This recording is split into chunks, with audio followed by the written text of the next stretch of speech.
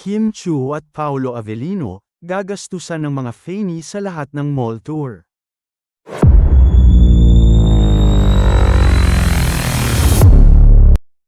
Pagod man sa kaliwat kanan at sunod-sunod na mall tour nitong nakaraang weekend para sa promo ng lalabas nilang pelikula ni Paolo Avellino, nagbigay oras pa rin si Kim Chu para pasalamatan ang mga fan nila ng Kim Pao na dumalo sa kanilang mga pinuntahang mall.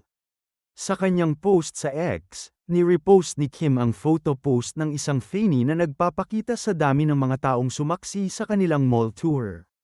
Makikita sa post ni @sosimhm ang shot kung saan mula third floor hanggang baba ay punong-puno ng tao ang buong paligid ng activity area. Say nga nito sa caption, "Unconditional love and full support para sa Kim Pao." Nag-comment naman si Kim sa nirepost na larawan at nagpasalamat. "Thank you po sa inyong budget ng pumunta." Pinasundan pa niya ito ng red heart icon at praying hands nilang todo appreciation niya sa tagumpay ng kanilang activity ni Paolo. Nangako naman ang Kim Pao Solids na sasamahan nila ang kanilang mga idols sa lahat na pagbisita nila sa mga malls, kahit saan pa pumunta ang mga ito. Ani nga ni @Sunkstea, "Thank you din Kim and Pao, hanggang dulo ang suporta para sa inyo kahit saan pa abutin lilibutan kasama kayong dalawang di man sa live. Pero may bahay always nakatutok makita lang kayo. At Renpers, para sa inyo ni @Mepolo Avellino, kahit san pa yan puntahan naming kaw, wag lang sa ibang bansa di na carry."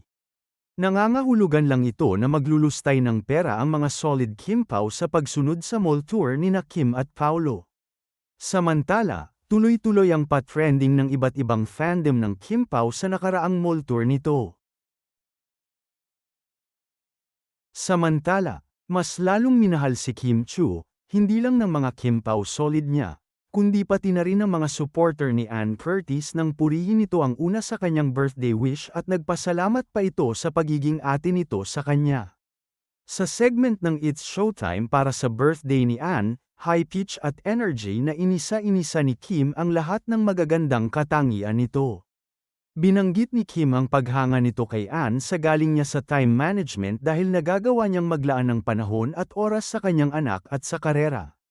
Hindi nagpatinag si Kim sa mga banat singit ni Vice sa time management dahil hindi nga raw nakakapasok si Ann.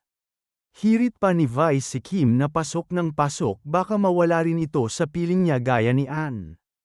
Tumawa lang si Kim at itinuloy nito ang papuri kay Ann sa kabaitan nito sa kanya, ang pagiging genuine, success, down-to-earth, loving at sister sa kanya. Touched na touched si Ann sa mensahe ni Kim na naiiyak na papasok pa lang ng studio ang kanyang ate. Nagpasalamat naman si Ann kay Kim sa magaganda nitong mga salita para sa kanya. Kaya naman noga na naman ang mga Kim Pao kay Kim at sinabing good vibes raw talaga ang kanilang lodi. Nag-thank you rin ang mga solid ni Ann kay Kim sa pagmamahal at respeto nito sa kanilang idol.